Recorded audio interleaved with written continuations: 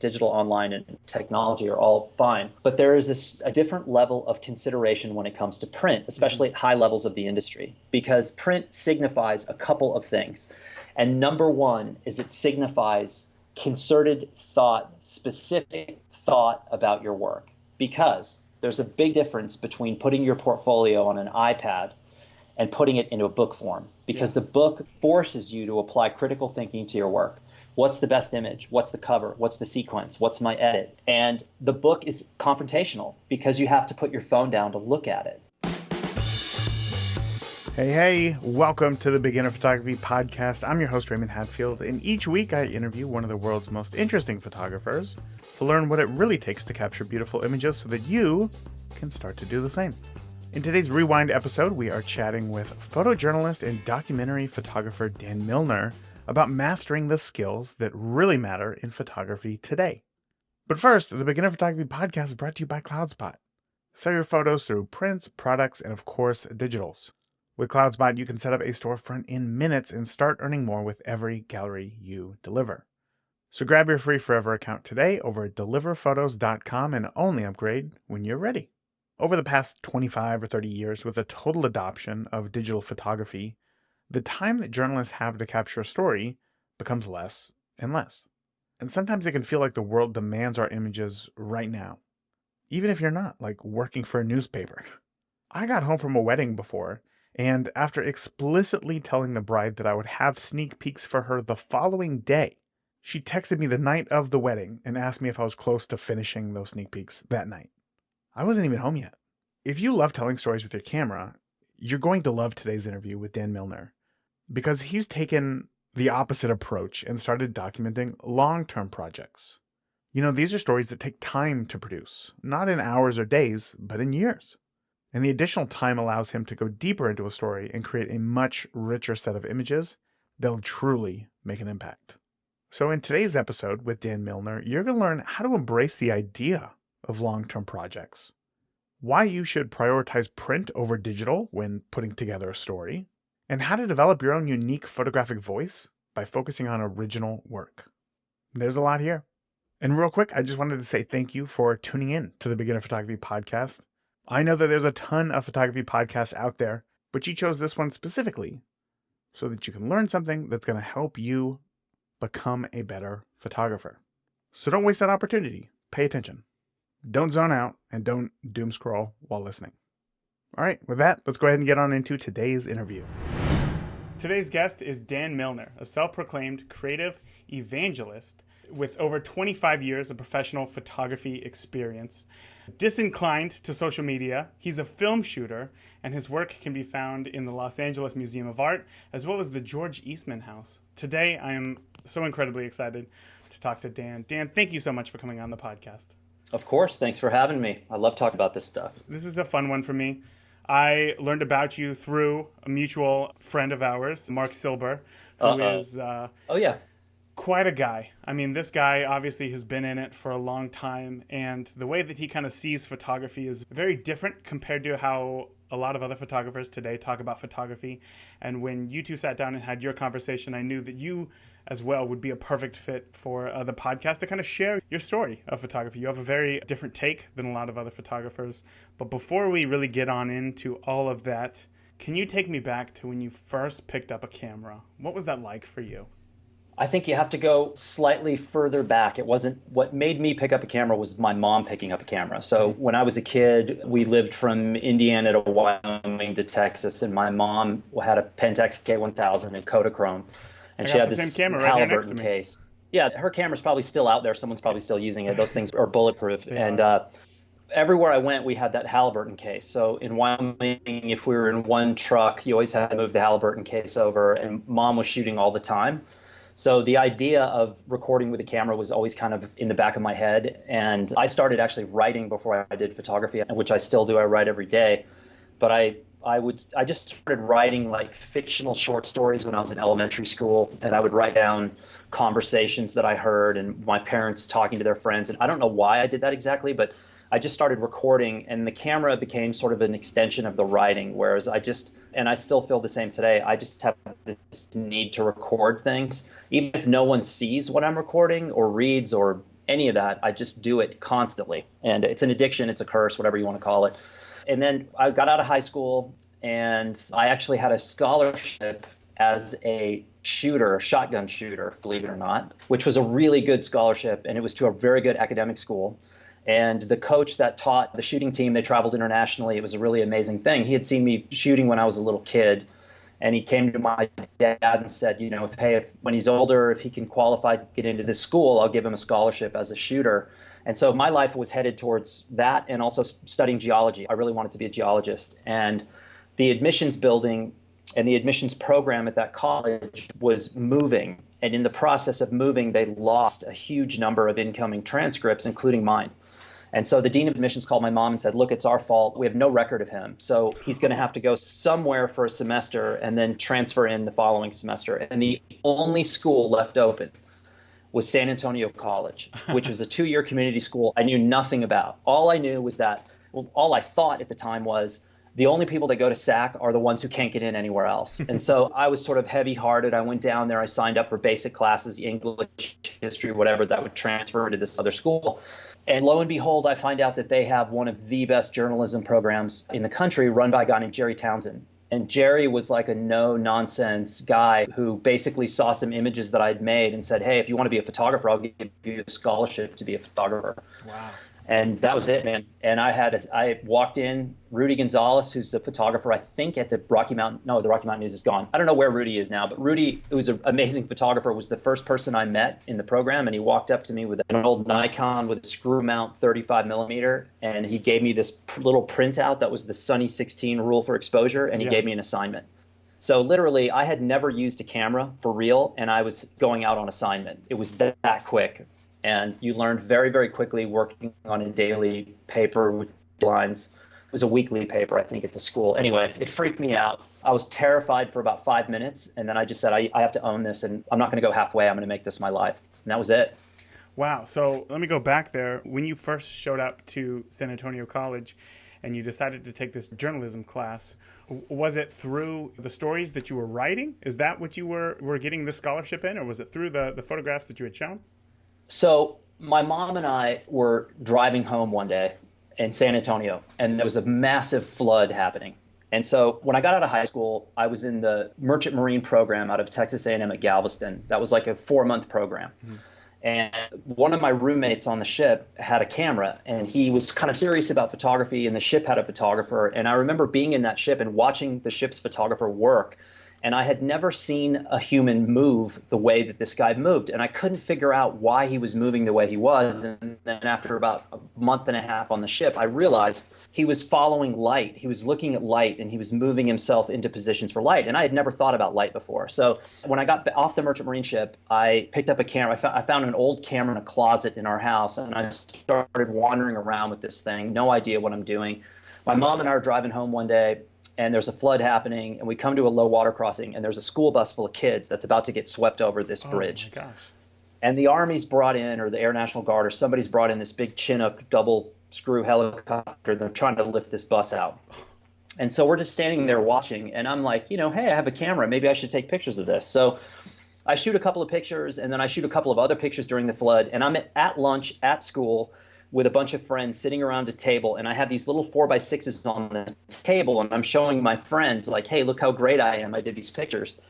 And this instructor walks by, and he leans over and he goes, who took those? And I thought I was in trouble. So I'm like, they're not mine. I didn't take them. And so we're all sitting there, and everyone's like, nope, don't know where they came from. They're not ours. And he goes, I'm not leaving. I know one of you took these. And that was Jerry Townsend, actually. He was the head of the journalism department. And I said, okay, I didn't want my friends to get in trouble. I said, okay, these are mine. And he said, I'll give you a scholarship if you want to be a photographer. And this was a community college. The scholarship was probably less than $100. It probably paid for my books. Uh-huh. But what I didn't realize was that Jerry had a really remarkable career, and Jerry was driven. And again, he was no nonsense. This was prior to the internet. This was prior to digital technology. This was prior to political correctness. This was prior to having to basically baby people who were getting into photography. This was high pressure, high demand, do not mess up. If you come back without an image, don't bother coming back, kind of thing. And so you're on assignment, and people who are there are taking it very seriously, whether you're a writer or a photographer. So the first assignment I had was as a writer, and I got sent to a bomb threat in one of the buildings on campus. And on the way there, I thought, I wonder why they're sending me. I'm expendable. And then I got over there and they said, hey, we don't have a photographer free. Can you make pictures? And I said, I don't really know. And that's when Rudy gave me the camera and the lens and the Sunny 16 rule for exposure. And I did a couple of assignments and I never went back to writing. Even though I write every day, I never did it for a career. Mm-hmm. Oh my gosh. Wow. What a way to get into photography. Like, hey, here's the camera. Let's go photograph a possible life-ending situation here. That's insane. The funny thing is, the first assignment I had after that was to photograph a speaker who I don't remember who it is now. He's a well-known guy. I show up and it's in an auditorium and there are at least 300 people in this auditorium. And I'm like, I have a 50. I'm like, I have to be right next to this guy. I have to be up on the stage or in front and everybody in the room is going to see me. And I stood in the back of the auditorium for a couple of minutes and I was really nervous. And I thought, man, I don't want to do this. And then I thought, I made a decision that I've stuck with for the rest of my life. And it was a great decision. How I came to it, I don't know. But I just said, look, I'm never going to see anyone in this room ever again. And if I go up there and trip and fall over and everyone gets a laugh out of it, that's probably the worst thing that can happen. So I'm going to own this and I'm going to go and move where I need to move to get the pictures. And I did. And I still remember what the picture looked like. I still remember where it ran. The paper at the school was called the Ranger. And it was pretty great. It was a great way to learn photography. Yeah, very cool. Very cool. Especially to get one of your first images printed. That's pretty rare. That's awesome. So I kind of want to know a little bit more about, because at that moment you had decided that you were going to stay at San Antonio College. Is that correct? To fulfill this? No, that's not what happened.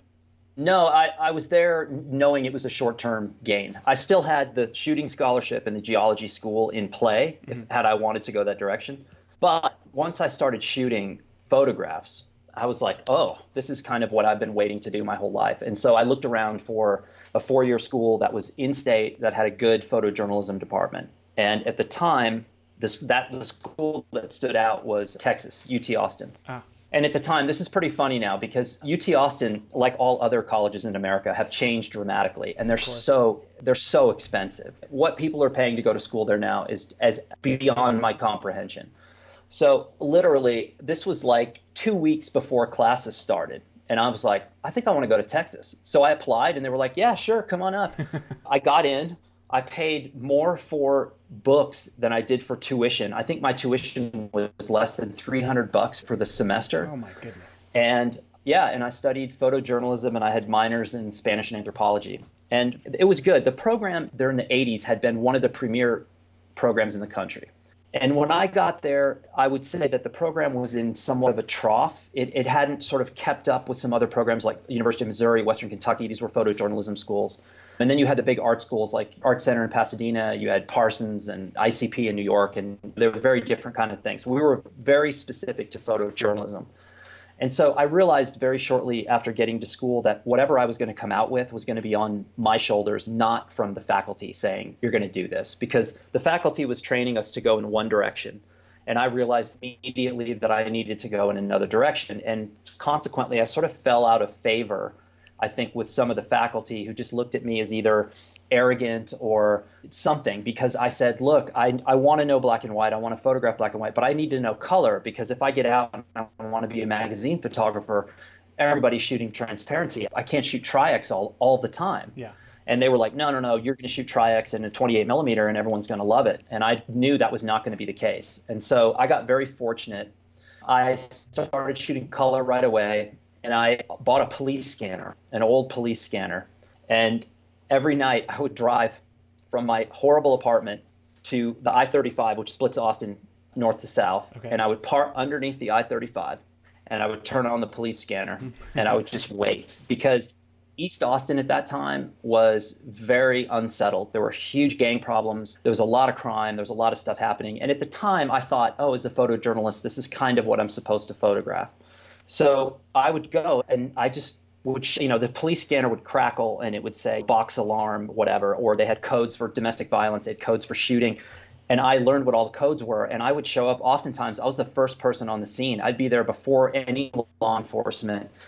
And this was another education that I never saw coming, was how to navigate in the field. And when your police scanner goes off and you roll up on a crime scene and there's no one there, it's not just about photography. It's about all these logistics and scenarios that you have to understand before you can actually get in, make successful pictures, and get out. Where do you park your vehicle? If you park and you block an emergency responder, you're in trouble. If something goes sideways and your truck is blocked and you can't get out, then you're in trouble. All these different things. Does somebody need help for more than, does that trump making pictures kind of things? And so while I was out one night photographing a house fire, a guy approached me, older guy, suit and tie, oddly enough, even at a fire. And he was the Austin Fire Department photographer, a guy named Irwin Haddon. And Irwin said, I've seen you around at these fires. Who are you? What are you doing? I told him, he's a photojournalism student. And he said to me, do you want to know how to print color? And I said, yeah, because they're not going to let us print color for like another 2 years. He said, come to the fire department. I have a dark room. I'll teach you how to print color. What? And he did. And yeah, Irwin was really great. He was a guy that bent over backwards to help me. And at school, you had these Jobo processors to do a color print, which take about 10,000 years to make a print. And, they're good and they're fun. But after a while, you're like, okay, I'd love to not have to spend 45 minutes on this print. So Irwin had an automated color processor and an enlarger with a color head. And he taught me not only how to print color, but then also told me how to use color settings to print black and white. And that blew my mind open. So I got lucky and I had a good run at the paper. I started to freelance while I was still in school. I was doing assignments for the Daily Texan, which was the paper at UT, really good paper. And the people I was working with, John McConico, who went on to AP, John Moore, who's at AP, Jean-Marc Bijou, who won 2 Pulitzers at AP. We didn't hang out a whole lot, but these were my fellow students. Scott Dalton, who's covered the drug war in Colombia for 10 years. I went to school with some really amazing photographers. Oh, my goodness. So just before we move on, how long were you a night crawler going in and photographing these possibly horrific scenes? How long were you doing that for? I did that in Austin for a couple of years. And then my first internship, so I got out of school and I looked forever to try to find an internship. And this is kind of a long story that I'll spare you the details. But at the time, it was incredibly difficult to find internships. And I kept getting rejected for all kinds of reasons. Very rarely was it about imagery. It was always about extraneous things that would keep me from getting these internships. But I finally got one. I don't know for certain. I think someone called on my behalf. I think I know who it was that called on my behalf, but he has never admitted doing so. But anyway, I got this internship at the Arizona Republic in Phoenix, and it was amazing because the Republic had a huge budget. It's a big paper. It's a state paper. They did international, national, local news. They covered the whole state. They had a big staff.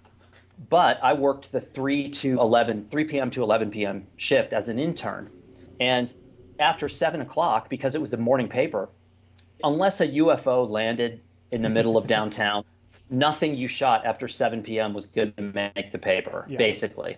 So I had my police scanner, and I would leave the paper, and I would drive straight south on Central Avenue, and I would pull over. And South Phoenix at the time was a war zone. It was not a happy place to be after sunset. And so for me as a photographer, again, I was like, oh, I'm a journalist. I'm supposed to be doing this stuff. So I started shooting the same thing, and it was worse than Austin. Every night there's a lot of bad stuff happening. And so I got to know some of the police department. I got to know some of the fire department. And I also began to understand editorial policy and marketing and advertising, and how what you saw in the paper was not necessarily representative of the news.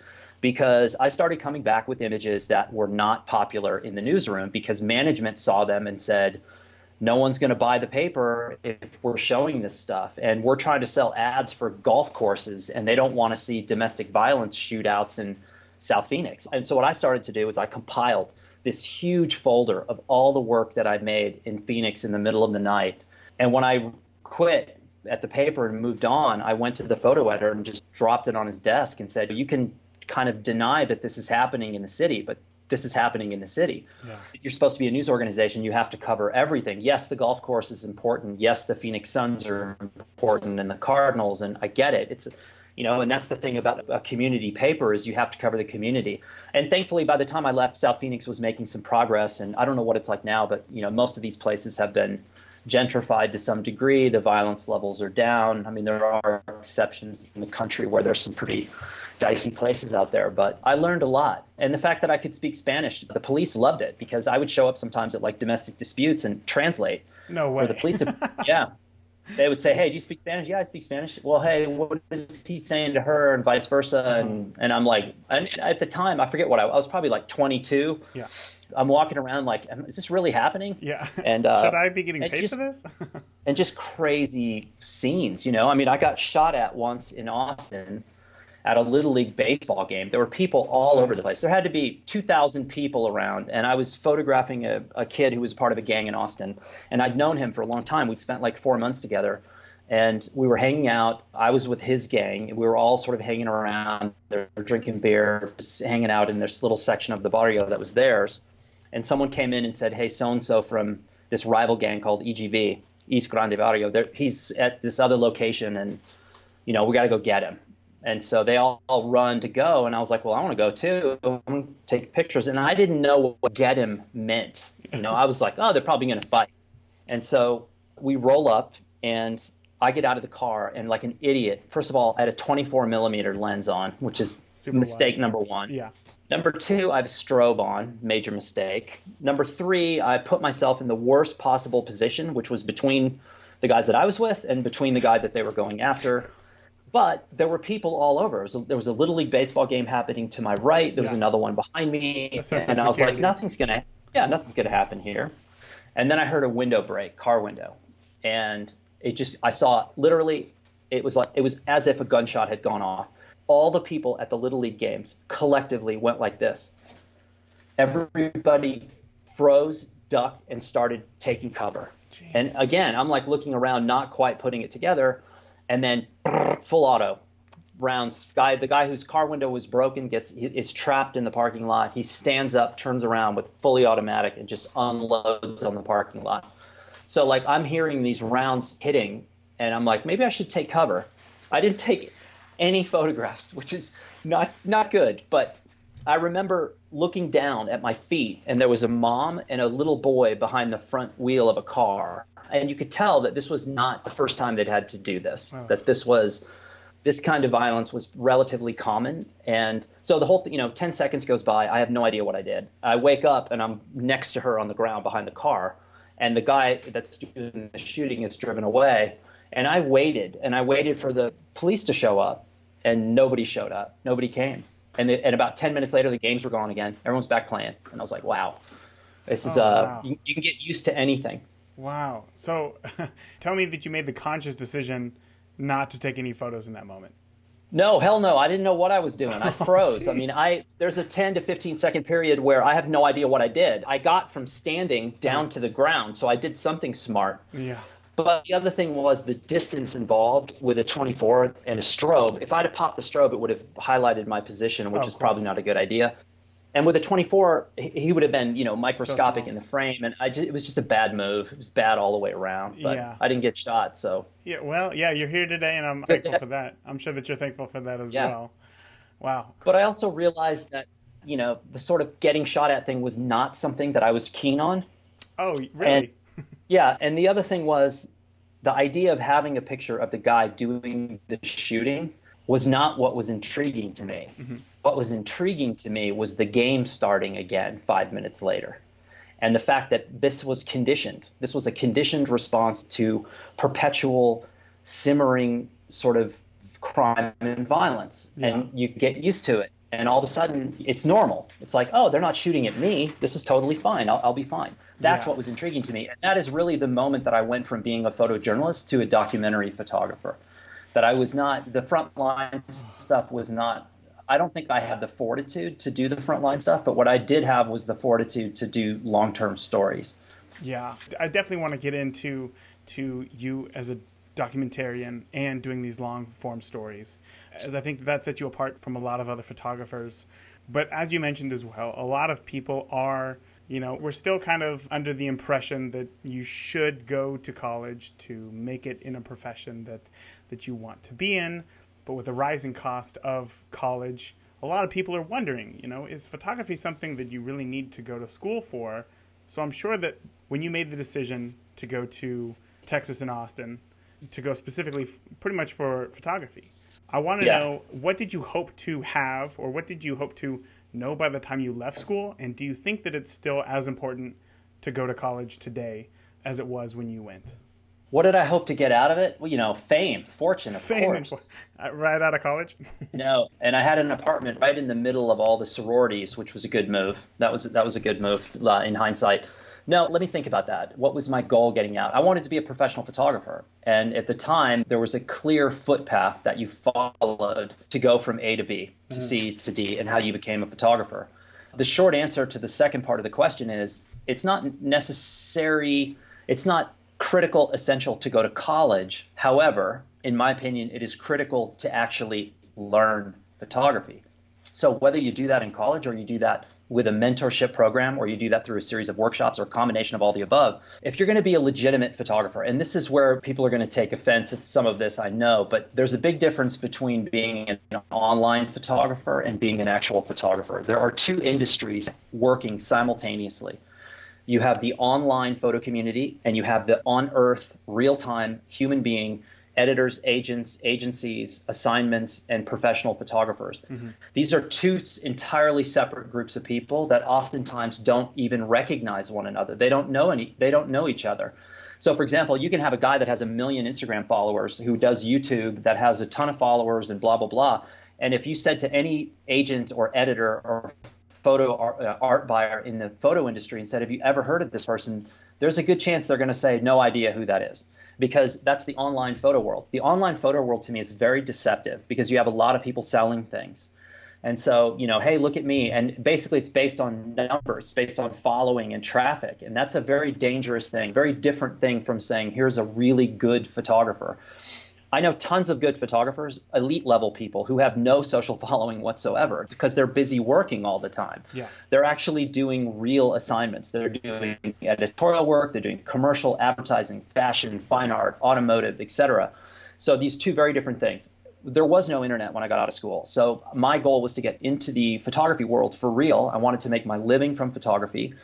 And that meant I wanted to have health insurance. I wanted to have money in the bank. I've never been a believer in this concept of the starving artist. I think that there are plenty of starving artists, but I think that in some ways is something that you have to mentally get over. There's no reason if you're capable of making unique work, and that's easier said than done. But if you're capable of making unique work, there's no reason to starve. You have to be intelligent about it, but there's a way of doing it. At least there was at the time. So I got out of school knowing that I needed to get a job at a newspaper. That was step one. And then while I was at the newspaper, after I had been there for a while, I would start freelancing for editorial clients on the side, magazine clients. And then eventually, when you had enough magazine clients, you would leave the newspaper and you would jump into the magazine world. And from the magazine world, that led to commercial photography, and from commercial photography to advertising, where the serious money is. And that's still true to this day, is advertising photography is really where the massive budgets are, not nearly as massive as they once were. Mm-hmm. But the ultimate end game was to be able to shoot advertising very sporadically, just enough for me to be able to pay for my own documentary projects. That's really the rub. Is most documentary photographers, it seems like, or a significant percentage, are doing other kinds of work to try to make money to do their own projects. That's the key. It's hard. It's not easy. It's getting harder every day. Yeah. So as a documentarian, in your own words, what would you say is your job as the photographer? What do you have to do or capture to consider your job a success? I think you have to make original work. That's the key. It's very easy for me to go online and see what somebody else has done and go out and copy it. People are doing that every day. Every generation of photographer, there's a handful of people worldwide that come along that add something new to the conversation. I am not one of those people. I wish I was, but I'm not. But you have Sebastian, let's go way back. You have Gene Smith, Gene Smith, documentary photographer, probably the best documentary photographer that's ever lived. After Gene Smith, the next person that jumps out to me would be somebody like Sebastião Salgado. And Salgado was not only a good photographer, but he was able to secure funding. He was able to secure long-term assignments. He was able to envision where his projects would be in 10 years' time. Wow. And Salgado would also work on a project for 10 years before it was released. So he did his first project, big one that got recognition, was the famine in Ethiopia. And then he did a project in the Americas. Then he did Workers. And these were 10-year increments. And Salgado would come to someone like Kodak, where I worked at one point, and he would say, I want X amount of money. And they would give it to him, because he'd come in and say, if you give me this money, this is what's going to transpire. And it was all worked out over like a 5, 6, 7-year period. And you're like, nobody else is doing this. Wow, it's remarkable. Really, the key to being a photographer is to try to tell unique stories in a way that people can immediately recognize who did the work. And that's hard today when there's so many people working and so much of the work you see looks exactly the same. And it's hard. It took me 10 years of shooting every day to figure out what I was doing. Literally 10 years. I believe it. I believe it. So was it your work for the paper, which seems very run and gun, do it now, let's tell the story right away, which is, maybe I'm wrong, but I would consider kind of short form. Did that kind of open you up to the idea of long form stuff, or get you excited for that? Yeah, so the daily paper, especially a big daily where you're getting multiple assignments every day, you get up in the morning, you go into the paper, there's a little basket that has your name on it, and it is a stack of paper, and each one of those is an assignment. And the beauty of that is that, and we're shooting, at the time, I'm shooting 35 millimeter transparency film. So I'm shooting slide film. Yeah. This is not easy. It's not easy. You got to get it right. Your exposure has to be right. And the assignment range on a typical day would go something like this. City council meeting in a windowless room with 3 people and overhead fluorescent lighting, which meant you had to put a magenta filter on your camera and a green gel on your strobe, balance it out for the, with 100 speed Fujichrome, push to 320. You could shoot at f4 at a 30th of a second with the strobe bounced off the ceiling. And you do this, and these pictures are horrible and they suck, and no one should have ever assigned this, but you got it, and you're like cursing the paper, and you're cursing the person that assigned it. And the people in the city council don't want you there, and you don't want to be there. And so you bang that thing out, and you're like, okay, get me out of here. And then you get in the truck and your beeper goes off. At the time, we had beepers, no cell phones. Very awesome. And it's always 911. It's always a panic emergency.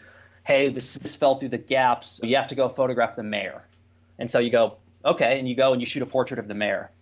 And then on the way back to the paper, there's a brush fire that fires up in downtown Phoenix, and there's houses on fire, and they're like, go shoot the brush fire. So you're going from one thing to another all day long, and it is the ultimate training ground. But it's frustrating because you don't get time. Of course. So on the side, on the days of the week that I was not working, or if I worked 3 to 11, I was still up at 6 in the morning.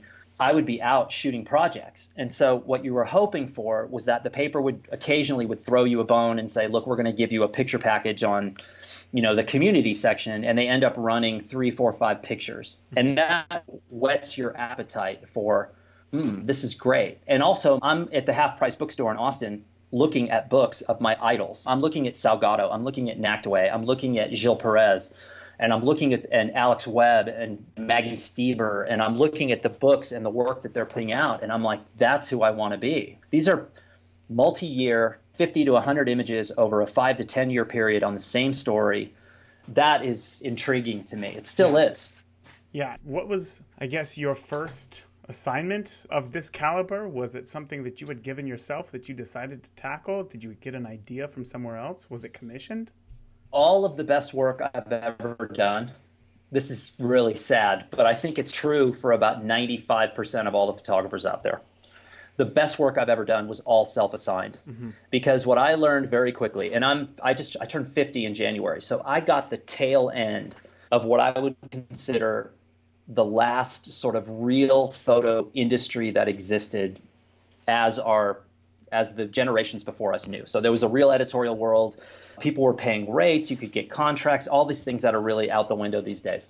But I learned very quickly that to get a multi-day assignment was rare. So, I'd get a 3 or 4 day assignment, editorial assignment. Those were few and far between. Most of them were these quick hit things that I thought, this isn't helping me at all. I'm shooting all these pictures, and these pictures are other people's pictures. These are not mine. Yes. So in 1997, I'm living in Southern California. I'm assisting for a photographer named Rick Rickman. And Rick, who I think is actually from New Mexico, Rick was really helpful to me because he sort of took me under his wing, taught me a lot of things about photography, not actual image making, but taught me about invoicing and assignments and working with editors and all the stuff that I had no experience with. I didn't know what I was doing. I assisted for Rick for several years, and he was super helpful to me. And he would get multi-day assignments. He would do stuff for the Geographic and Life and Time and People and all these things. So he was a working editorial guy all the time. And so, but I realized that the odds of me becoming him were very slim. And so I decided, my wife worked for Canon or worked for Canon for 30 years. And she got a call from someone she knew that worked at Kodak. And they said, hey, we're looking for a rep in Southern California. And my wife said, oh, you should get my husband to do it. He'd be great. So I did that job for a few years. And to get the job, I had to sign a conflict of interest letter that said I would no longer do assignments, because if I was doing assignments, then I'd be competing with the people that I was trying to help at Kodak. I said, okay, I'll sign this if you sign something that says I get all the free film chemicals and paper I can possibly use, which for Kodak was nothing. Of course. Yeah. They signed it, but it was not a big deal. And so I sold all my equipment except for a Leica and a 35 millimeter. I think I had two Leicas. I had a 50 and a 35. And for the next 4 years, the only pictures I made were long-term projects of my own assignment. And I realized at the end of 4 years what I was onto, and that this was the best work I'd ever done and the only work I wanted to do. So I didn't want to do magazines work anymore. I didn't want to do commercial photography. I just wanted to do long-term projects, but that is very difficult to do in the US because there's so little market for it. And every year the market was getting smaller and smaller. And now there's virtually nothing. There's virtually no outlets for that kind of work outside of the books. That is a shame. I know growing up, and I talked about this in the Beginner Photography Podcast Facebook group before. I've always said that kind of when I first got into photography, my dream was always like to follow the band, you know what I mean? Or follow the team from the underdogs to like winning the, you know, the World Series that year or whatever it was, or coming out with the Grammy winning album.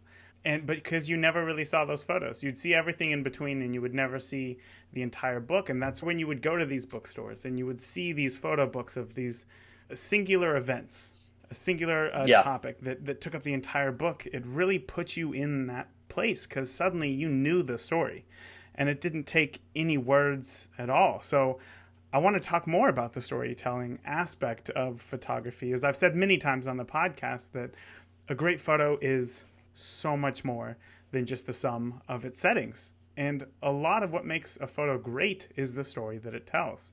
Now, specializing in these long-term stories, how much of the story is planned out, like you know what you want to capture, versus just showing up and simply reacting? Well, it entirely depends on the project, and it depends on two primary ingredients, which are time and access. How much time do you have, and what's your access like? Access back in the mid-90s was very easy. If you had a press credential, you get anything you want. And you'd show up in the middle of nowhere in some part of the country and whip out a press pass, and people would be like, hey, you want to come into our house? We'll make lunch. You can hang out, whatever. Those days are gone. Everybody's suspicious now. So time and access are really critical. But for me, I was working at the newspaper in Austin at the Daily Texan. I was freelancing for like anyone who would hire me, that doing these, you know, little assignments here and there. And I went to Half Price Books one day, and I'll never forget this. I go into the photo book section, and there's two books. There's one book called Mexico, which is by a Magnum photographer named Abbas, who I met 15 years ago. Mm-hmm. And his primary work at that time was a 15-year project on Islam all around the world, which is this remarkable book if you can get it. But he did this little book called Mexico. And Mexico was basically all black and white, all Leica, and it was kind of random. It was like a personal notebook from Mexico. And I looked at it, and I'm like, I like this. And then I opened this book called Telex Iran by a photographer named Gilles Perez, who's a French guy who's a Magnum photographer as well. And I just froze because, one, I had never seen pictures like this before. They were so different and so sophisticated compared to what I was looking at. It literally freaked me out. I wasn't entirely sure what to make of it, but the book was about the Iranian Revolution in '79, and Gilles had been there for a long time working on this project and this story. And the book, the copy, the writing in the book were telexes between he and that Magnum office in Paris, Wow. if I remember this correctly. And what got me was the honesty in the telexes, because here's a guy that's already established at Magnum. He's got multiple stories under his belt. He's an incredible photographer. He's a very intelligent guy that's way more than just a photographer. But there's a vulnerability in these telexes that I did not expect to see, of the doubt that he had in his mind and the uncertainty and the challenges. And I was like, wow, I'm in the same boat that he is. Like, even though he's way better than I am and he's way more established and he's got these books, there's hope for me because there are cracks in his armor, he's admitting. But I didn't buy that book, which is a big mistake because that was a first edition Telex Iran, which is now probably worth like $5,000. But anyway, I was like, I can't buy this. It's too intimidating for me to look at this. So I bought the Abbas book, which I still have. But it haunted me that I never bought this book. And then like 5 years ago, I'm sitting in a cafe in Brooklyn, and I had my camera on the table in front of me, which is an M4 Leica. And a guy walks by and he goes, "Nice camera." And I look up and it's Gilles. And it turns out that the coffee shop I was sitting at is like half a block from his studio. And I said, holy cow. I go, "Gilles Perez." And he sat down and then he goes, "Hey, let's go to the studio." And then I called the founder of Blurb, who was in New York at the time. And I said, "You're never going to believe this. I'm going to Gilles Perez's studio." And she was like, "Hey, I want to go to Gilles Perez's studio." So we went to his studio and we had lunch with him. It was amazing. And he and I wrote letters back and forth for quite a while. And I told him, I said, "I screwed up. I didn't buy your book. I should have bought your book, in Austin all those years ago." And then something funny happened about 6 months ago. A friend of mine moved from California to Wisconsin, really good friend, good photographer. And he called me and he said, "We're having a going away party. Make sure you come to the going away party." I said, "Okay." So we get to the party and he goes, "Where's your truck?" I said, "Oh, I parked around there." He goes, "Back your truck up over here." And he opens up the back of his truck and it's filled with photo books. And he said, "Look, I can't take these with me." And the first book on the stack on top was Telex Iran. No way. And he's like, "Here's the book I know you're really going to want." No way. So I got my copy. Wow, what an amazing story. That must have felt really good in that moment. Oh man, that book it still freaks me out. Yeah. He gave me a stack of books that are, to me, books are evidence, right? You can't deny what's in there, and they are the quality bar that has already been set. Yeah. If I'm coming to northern New Mexico and I'm going to do a project about the culture here, then I have books like Norman Mauskopf's The Descendants, and Jimmy Santiago Baca was the one who wrote the copy for the book. Jack Woody at Twin Palms published it, and Norman Mauskopf is the photographer. That book is there.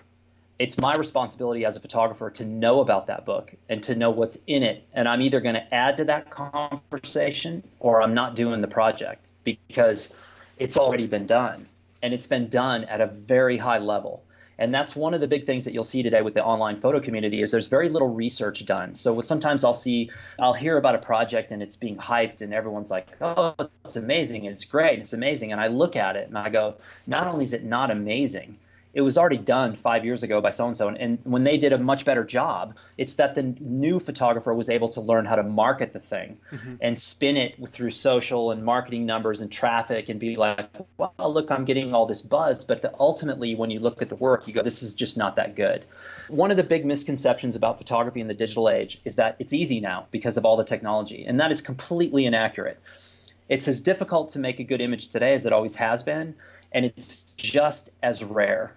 Because to get a lifetime sort of signature image, you need the right light, you need the right timing, the right composition, and it's really hard and it's rare. I go maybe, if I'm lucky, a couple of times a year, I'll get something that I think would fit. If I reduce my life down to the top 20 images, it's rare that something new comes along and knocks something out of that original 20. It's really hard to get work like that. And so I think the internet and the technology fools us into thinking that what we're making is really good.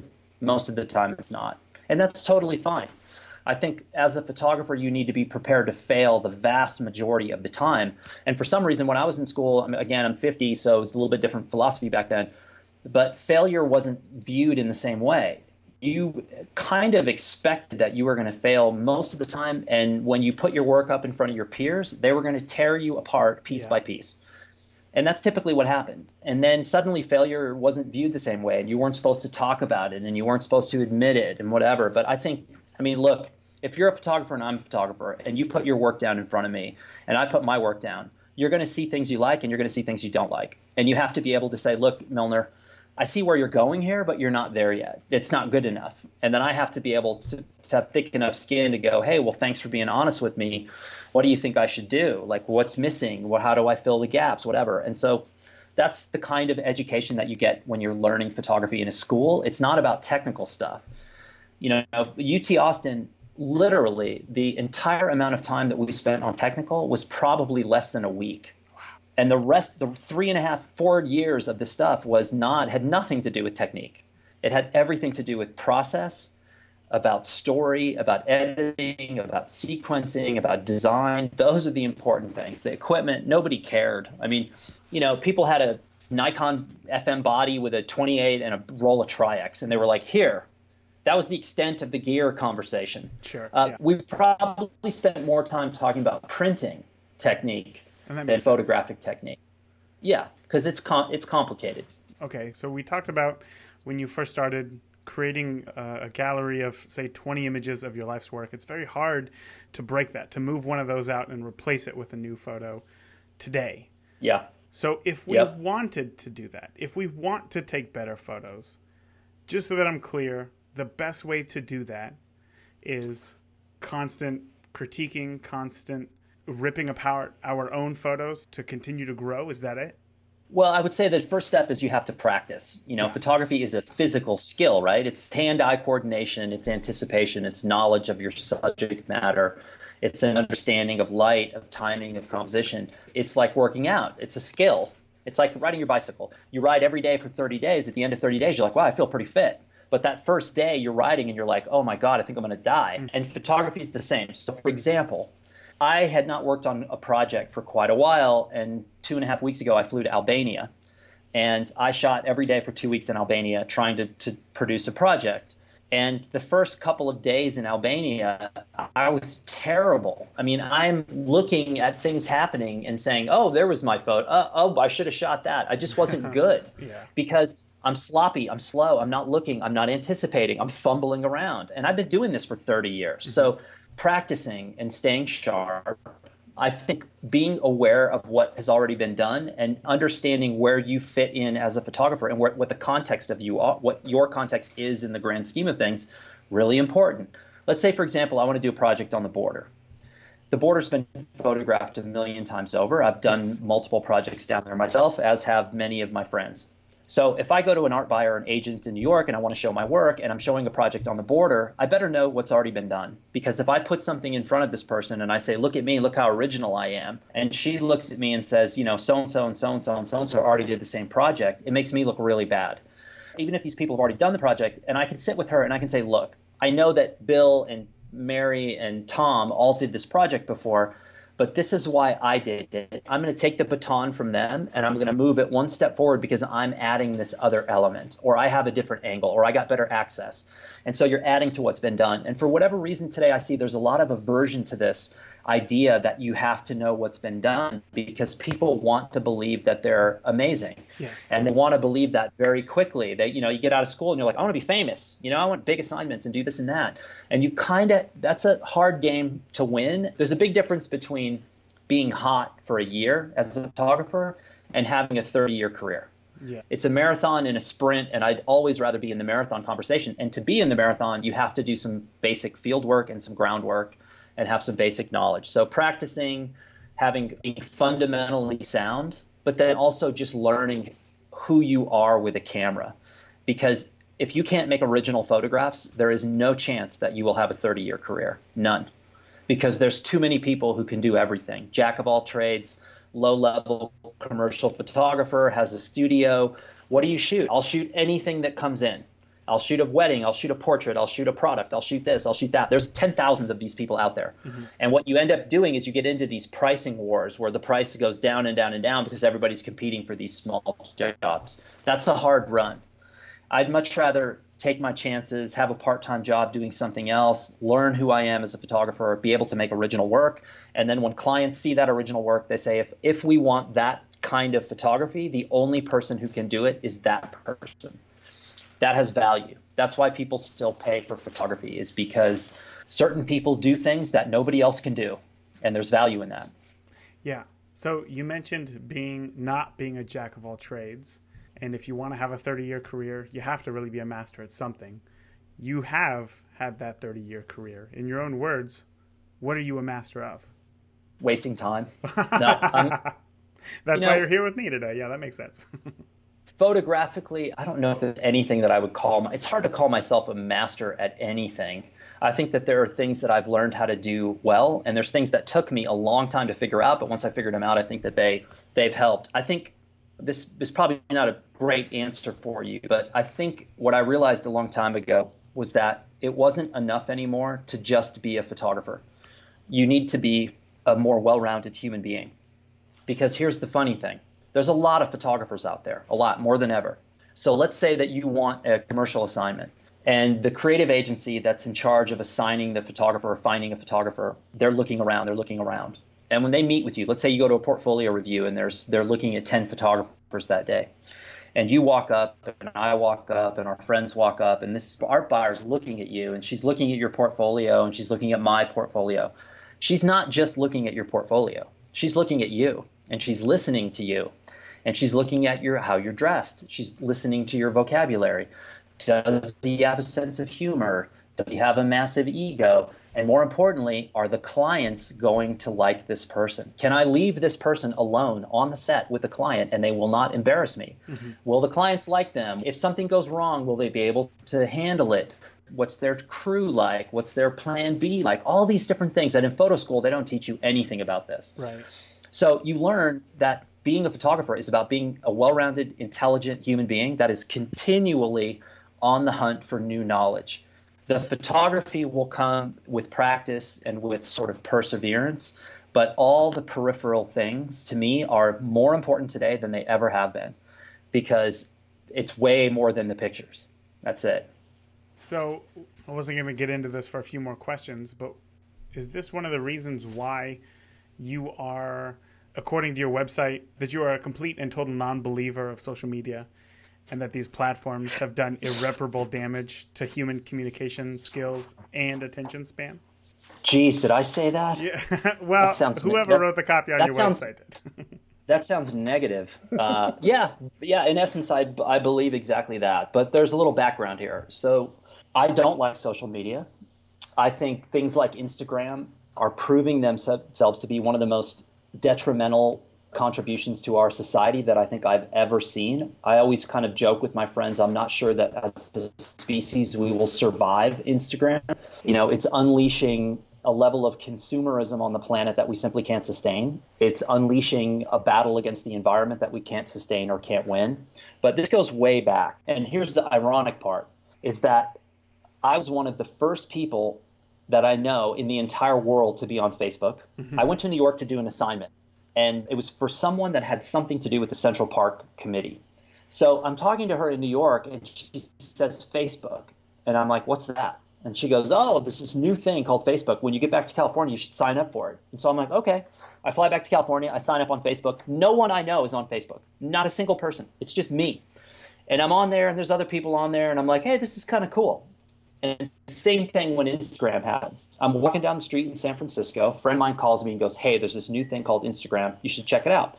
I stop in the middle of the street. I download the app, and I start taking pictures and posting on Instagram. So I was on these things long before any of my friends were on there, mm-hmm. including all my friends who are basically given their entire life to these platforms. But 6 years ago, I was here in New Mexico. My birthday's January 1st. I woke up on my birthday, and I was like, I don't believe in this anymore. This is not what we were originally sold on what this is. I said, I am watching these networks destroy my friends. They are like skittish, scared little creatures who can't get through a conversation without looking at their phone. They're insecure. Their work has gone downhill, and the work they're producing is only being produced to try to drive numbers on these social networks. And it's garbage because it looks like everybody else's. It looks like Instagram content. So I called the founder of Blurb. And I called the marketing director at Blurb, who was my immediate boss at the time. And I said, I know this probably isn't going to go over well, but I'm deleting 7 networks right now. and I don't ever want to go back on these networks. And the marketing director said at the time, she said, I hate them too. I think this is all, go ahead. So I thought, oh, that's great. And then the founder said, go ahead and do it, but write about why it is you're doing it. Yeah. And so I did, and I did a post called Why I Deleted Social Media, which is by far the highest traffic post I've ever done. And look at you, paying attention to those numbers. Well, it's because here's something funny happened. So 2 weeks goes by, and I went through detox. Yeah. I would literally, in moments of like calm, just pick up your phone just to look at it. The first thing, I would just pick it up for no reason. And I'd be in the field shooting, and I'd go, oh, I should check like Facebook. As I'm walking down the street somewhere trying to shoot, I'd be thinking about Instagram, and I thought, this is bad. So 2 weeks detox, and then after 2 weeks, I kind of came through the veil, and I looked back, and I thought, man, it's not good. So I wrote a post. The post got all this traffic. I don't know the specific numbers, but it was by far more than any post I've done. Mm-hmm. But something funny happened. It's kind of tragic, is that people began to write me asking for help. They were saying, I'm physically addicted. I lost my house. I lost my job. I lost my family. I can't stay off of Facebook. I'm on Instagram 60 hours a week. I'm nervous. I'm unhappy. I'm taking depression medication. So I had to write a follow-up post and saying, I'm not a medical person. I'm not a psychiatrist. If you need medical help, please seek medical attention or psychiatric help, but that's not my role. I'm just not qualified to help in that way. That post was 6 years ago. I get emails every week from people all over the world saying, help me, help, I can't get out. And that's one of the things that's very interesting to me is that I think all of us are probably touched by someone in our family or close to our families that has substance abuse problem, right? Either alcohol, drugs, whatever. It's pretty easy for people to say, yeah, that's an addiction. It's too bad. Get help, whatever. Then you move down the scale and you come to things like sex and gambling. And you go, well, I'm a sex addict, or, I'm a gambling addict. And there's a lot less people that want to say, yep, those are legitimate addictions. There's a lot of people that go, well, those are just choices. You should just stop. Then you slide down the scale even further and you get to technology. And there are so few people who want to admit that something like Instagram is a physical addiction. But it is. It is a dopamine physical addiction. And I have seen it ruin so many of my friends who are photographers whose their entire existence is based on that app. And it's nuts. I don't want any part of it. I deleted all my accounts, and then about 4 years later, the marketing director at Blurb at the time said to me, it would really help us if you had an Instagram account. And I said, never going to happen. I'm never going to do that. And so about 15 minutes later, I'm sitting right next to her. She says, I just created an account in your name. Don't worry about it. We will manage it. And I said, okay. And so 2 days goes by, and I'm like, I better look at what they're putting on there because it has my name on it. And it's not their fault, but they don't know me. They're not intimate with me as a photographer. They don't know my philosophy. And so the work they were putting on, the captions, the style, the look of it, I said, no, I can't do this. So I started managing the account, and then that lasted until, I guess, about 6 or 8 months ago. And I thought, why am I doing this? I don't like anything about this. I don't think it's helping Blurb really in particular. So I quit posting, and I haven't heard anything. So, but now they're going to hear this interview and go back and look. Hey, wait a second. Dan hasn't posted in a while. Why are you not posting? Yeah. But, I think anyone who gives themselves 2 weeks away from social, I think you'll be amazed. Because if you can survive 2 weeks, cold turkey, no access, no sneaking peeks, no nothing. If you do 2 weeks, you will look back and you will see it in a very different light. I can almost guarantee that it's going to make you at least take pause to, one, how much time you're putting in, and two, how fake it is, how phony the entire thing is. There's a big difference between being a good photographer and being someone who knows how to build following. Yeah. Those are both legitimate skills. Absolutely. Building a following is a legitimate skill because it can give you the freedom and independence to operate on your own. But don't confuse the fact of someone with a big following is a good photographer, because very often those two things do not overlap. So then let me ask you a question, because Canon not too long ago had hired a photographer to do an ad campaign, and then they ended up letting that photographer go because even though they said that this photographer was well suited for this ad campaign, she didn't have enough Instagram followers. So she let her go. So yeah, this is just horrible to hear. It's devastating to a lot of new photographers. How has not having a social presence affected you and, I suppose, for lack of a better term, your ability to get work?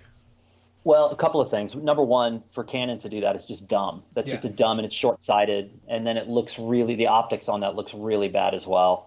But that's all the companies are doing that. And the companies are lost, right? Because all of this stuff came on so fast. They were caught so flat-footed, and they're playing catch up. And company like Canon, Canon is a very conservative, slow-moving company that's a little bit like a big cruise ship. You turn the steering wheel, basically. What am I blanking on? The In wheel. a ship. Yeah, I know what you're talking about. The wheel. Yeah, there we The go. wheel. You turn There the you go. wheel with a ship, it doesn't just turn left. It keeps going straight for like 8 miles, and then it slowly makes a turn. Yeah. That's what these companies are like, and they're lost because the industry is going away. Professional photography industry is disappearing, and people are not buying equipment like they once were. And the companies are a little bit desperate. They're a little bit crazed trying to figure out what the next trend is. And so that's a hard thing for a company like Canon to have to overcome. And Sony's in the same boat, Leica, Fuji, whoever it is. They're all in the same boat. I mean, all these people they're all pandering to Instagram followers. And the crazy part is, for a company like Canon, I shoot Fuji, a company like Fuji, they're going after these Instagram stars. 99.9% of all those images are made with phones. They're not made with Fuji cameras or Canon cameras. It makes no sense whatsoever. And instead of slowing down and actually hiring somebody who could make original work that's going to last longer than 5 minutes online, that would be interesting, because there's plenty of people using Canon equipment in the world who are doing amazing stuff. I was able to do a project a couple of years ago with a guy named Ron Haviv, who's a war photographer, documentary guy out of New York City, one of the founders of the Seven Agency. Ron's Canon shooter, right? Just off the top of my head. Yeah. Let's say that I had X amount of money for budget, and I have no idea what his social following is. No idea. I don't care. But that's a guy who's capable, if I had budget, to say, okay, Ron, is there something happening in the world that you've always wanted to do that you haven't been able to do? And what can we do with it that's completely different, that's going to make people look and think in a different way? Yeah. That's an interesting marketing campaign to me. Not pandering to his social following, thinking that their following is going to be your following. So for me, I'm in a unique spot. So in 2010, I decided I did not want to work as a photographer anymore, because I'd done it for 25 years, almost 30 years, and I just wanted to do something else with my life. So it was a Tuesday afternoon. I just deleted my email account, and I'm like, I'm done. I'm out. And my wife said, well, what are you going to do? And I said, I'm going to move to New Mexico, and I'm going to change my career. And so I was kind of lurking around California still, and my phone rang, and it was the founder of Blurb, a woman named Eileen Gittins. Eileen said, I'd been on Blurb's advisory board going back to like 2007, and she called and said, hey, I heard what's up with the photography thing? And I said, yeah, I'm going to move on, do something else. And she said, why don't you work with us? And so what started as kind of an informal part-time thing within 6 months was a full-time job, and it's been by far the best job I've ever had in my life. It's great helping people make books. There's been a lot of travel. I've been able to see the industry from a direction that I would have never been able to see it as a photographer. And I work with photographers, designers, artists, illustrators, educators all over the world, Australia, Europe, Canada, the US, etc. So it's given me this great perspective. And the other thing it's done is it's allowed me to, when I pick up a camera, only work on the projects that I want to work on. Mm-hmm. So I don't need to do assignments anymore. I don't have to do shoots I don't want to do. But here's the funny part. This sounds so counterintuitive, but it's important. The second I said I'm not a photographer anymore, I started doing projects. People would come to me and they'd go, hey, you want to work with us and do this? And I'm like, how did you even find me? The fact that I had disassociated myself with labeling myself a photographer almost opened the door, because what I realized was more important than the photography was the fact that I was somebody who has ideas, right? I read every day. I try to spend as much time as possible thinking about things. I'm constantly trying to educate myself about things that I don't know about. I'm reading a book right now about the San Andreas Fault, and just ironically after the quakes of last week, and people are like, why are you reading that book? And I'm like, because I don't know anything about the fault. Nothing. Oh, by the way, you know the guy Richter from the Richter scale? He apparently never experienced a heavy-duty earthquake in his entire life. And after he passed away, he owned a house in Northridge, California that was then in possession, I believe, of his son, which was filled with all his stuff. And in '94, it burned down in the Northridge earthquake. So talk about irony. Yeah. But here, the weird thing is, when your knowledge base expands beyond photography, you're suddenly interesting to people far beyond photography. So I was able to do something last year as well, a contract for a creative contract for a year with an organization that's in an industry that I know nothing about. And they came to me and said, look, you have interesting ideas. We want to hire you for a year. We'll give you a contract. We'll do this and that. And so I did that. And I wasn't looking for that. It's not something I particularly wanted to do, but I thought, okay, this is a challenge. And they did not want a photographer.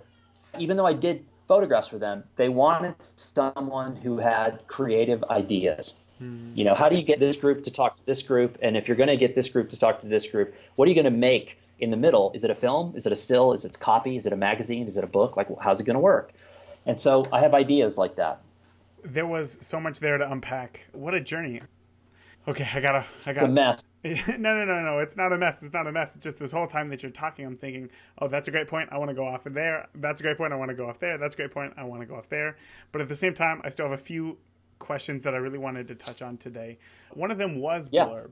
I know that you're a huge proponent of creating books, especially, not being on Facebook, not sharing your images on Instagram, but having that physical copy there yourself. Talk to me about creating that book. Talk to me about that first time. Well, I guess I have to rephrase the question because you were in the position to have your images printed in a newspaper. So now that maybe people don't have as many images printed in a newspaper, what do you tell people about getting their images printed in a book? So a couple of things. 1993 or 94, I made my first trip to New York as a photographer, which at the time is what you did. A lot of people still do that, but New York is where the people who make decisions are based. It's where the people who have budgets are based, et cetera. And so I went and I showed my work to photo agents at the time, primarily. And I realized that not a lot of these people, believe it or not, had a loop or a light table to look. At the time, your portfolio was a single page of 20 slides. Like you threw it down on a light table, and they looped it and they went through. And I was like, God, there has to be a better way to do this. So I left New York, went back to Phoenix, went to the newspaper, went into the design department, and I said, I think I want to make my own book because that would be way easier to read than this page of slides. And they were like, go away. You're an idiot. It takes too long. You don't know what you're doing, blah, blah, blah. So 3 months later, I had my first book, which was not really a book. It was a glorified, oversized color copy that was laminated and bound. And I made 10. I could only afford 10 copies. You could do this at Kinko's now in like 5 minutes. Mm-hmm. But I was like, oh my God, this is a book. This is great. And so what I did is I took a list of the 10 clients that I really wanted to work for, National Geographic, German Geo, Stern, all these magazines around the world. And I was like, I'm going to send a copy to them. And of course, this was snail mail and no announcement, just blindly mailing these things off. And a funny thing happened was they started contacting me. German Geo, my phone rang, and it was this very heavily accented German accent female voice. And she's like, we got your portfolio. This is unbelievable. How did you do this? What is this? And they were so intrigued by what I was able to do. And then the photo editor at the National Geographic at the time, a guy named Kent Goberstein, he wrote me a full page handwritten letter saying, we've never seen a portfolio like this before. Like, how did you do this? And so that's what got my bookmaking on the road, was all the way back in 93.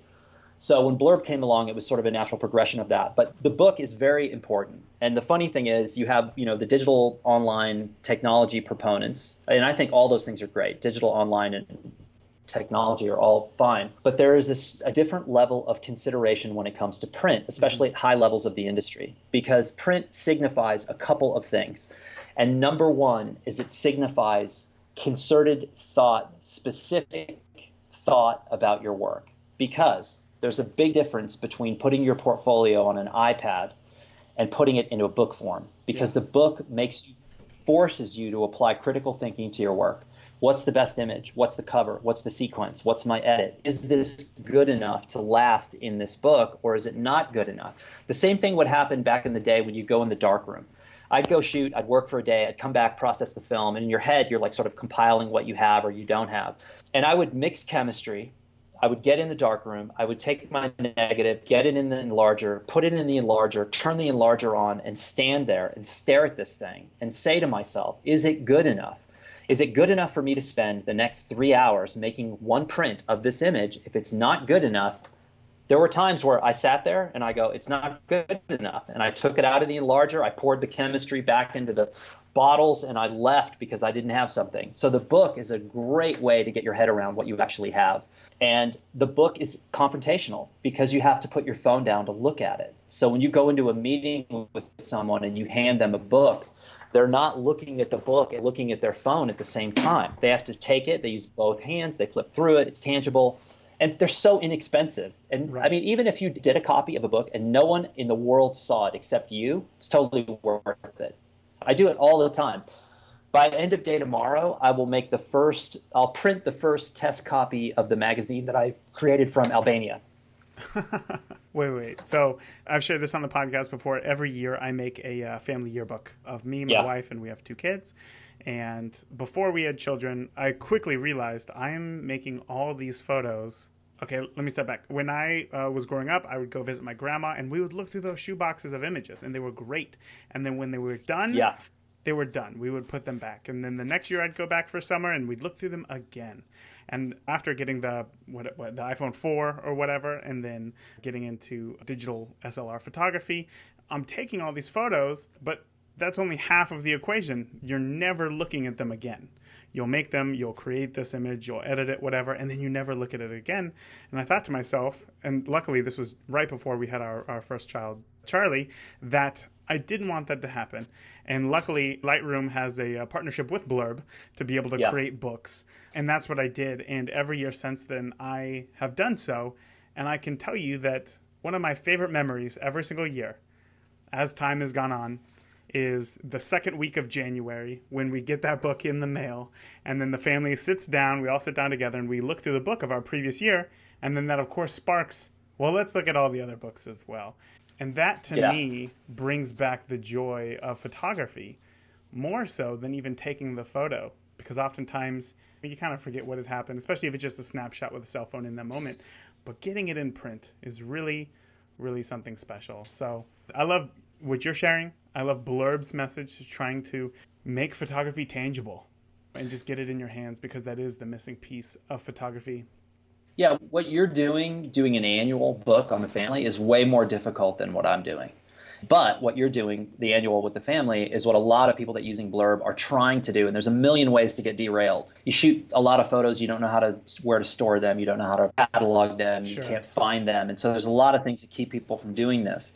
I think one of the things to toss out the window is the idea of a perfect book. You know, people, I've seen them just grind themselves to a halt because, oh, it's got to be perfect, got to be perfect. I don't know what a perfect book is. I've probably never seen one. And if I did see one, it's probably going to be really boring. I'm in Albania and I'm shooting, and every night I'm designing. I'm taking the work that I made that day and I'm designing a magazine. So when I left Albania, I had 90 pages of magazine already fairly well thought out. I am changing it around quite a bit now, but I sort of gave myself a deadline of this Friday saying I want to have the first test copy. And then when I say test copy, it's a test copy. It's not perfect. It's not even remotely close. There's going to be a million things wrong about it. But to see it in print is a whole different ballgame. To me, print is the great equalizer because, again, the online photo community, and in many ways, there's a lot of people, very successful people in the online photo community that have never printed a single photograph. Yes. And I'm not talking about darkroom printing. I'm talking about any kind of printing. And so bookmaking for them is like climbing Mount Everest. They go, well, I don't know how to do that. Yeah. And I saw it in my photo students going back 10 years ago, where people would, like I used to teach in Latin America every year, I'd go to Peru and teach a workshop, and people would shoot 10,000 images.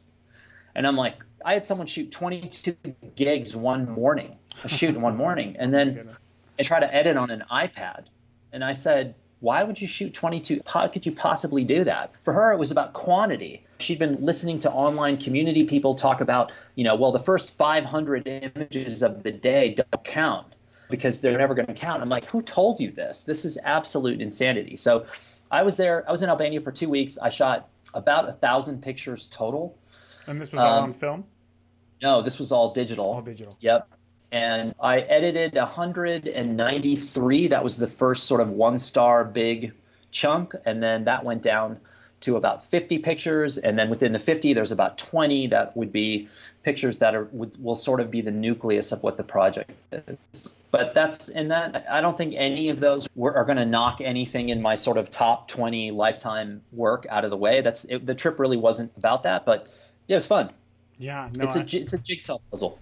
I would imagine. I feel like I could sit here and talk to you for another 2 hours or so, but I really do want to be conscious of your time. You have shared so much with me. Daniel, my next question is, how can people find you online? Obviously, you're not going to say Facebook or Instagram, so where would you like people to find out more about you? The easiest way to find me online is a website called Shifter, Shifter, and it's .media, not .com. So shifter.media.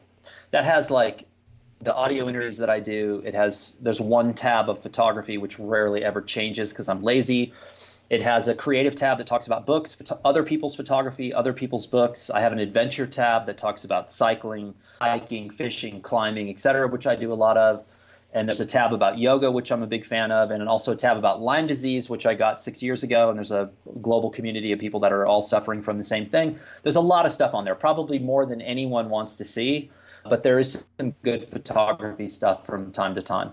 I love it. I'm going to go check that out right away as well. I will put the link to that in the show notes. So if anybody's interested, just whatever podcast app you're listening on, just swipe up and you'll be able to see some of Dan's images as well as links there. But Dan, again, thank you so much for coming on and sharing just a piece of the knowledge that you have accumulated over the past 30 years of being a photographer. I've really enjoyed my time with you today. So again, thank you so much for coming on. Absolutely. Thanks for having me. And I hope that somebody actually gets something from my weird views. If anybody did, it was me as well. But I know that plenty others will too. So again, thank you so much. Yep, absolutely. Thank you. All right. Big thanks again to Dan Milnor for coming on the podcast. Today's action item, that if you implement just one thing that will move the needle forward in your photography, it's this. Print your work to critique it. You can either take a recent shoot that you did, or you can go out and shoot something fresh. When you get back home, upload all of those photos to get printed. In the US, you can use something like CVS or Walmart or Costco, to print up just 4x6s. I think printing up 100 4x6s should cost about $10. Yeah, they're not archival prints. They're just something to help you change the way that you interact with your images. So there's no need to edit them or do anything to them. Once you get all those prints back, lay them out in front of you on a table. The act of physically culling through your photos makes the process so much more immersive and gives you a different, and I would say better, understanding of what elements stand out to you in a photograph to make them a keeper. Now that info, once you go through all these photos and you're like, oh, this stands out and that stands out, that's why I'm picking this photo. You can now use that information going forward as you pay attention to those specific details while you're shooting.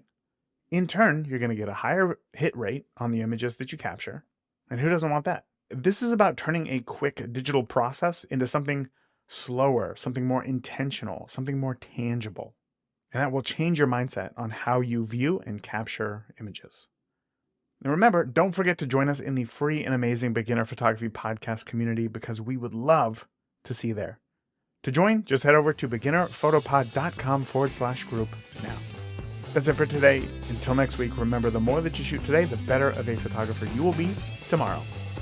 Thank you for tuning into this week's episode of the Beginner Photography Podcast. If you enjoyed today's episode, please share it with a friend. Start a conversation. Grow together. That is it for this week. Remember, the more that you shoot today, the better of a photographer you will be tomorrow. Talk soon. Thank you for listening to the Beginner Photography Podcast. Keep shooting, and we'll see you next week.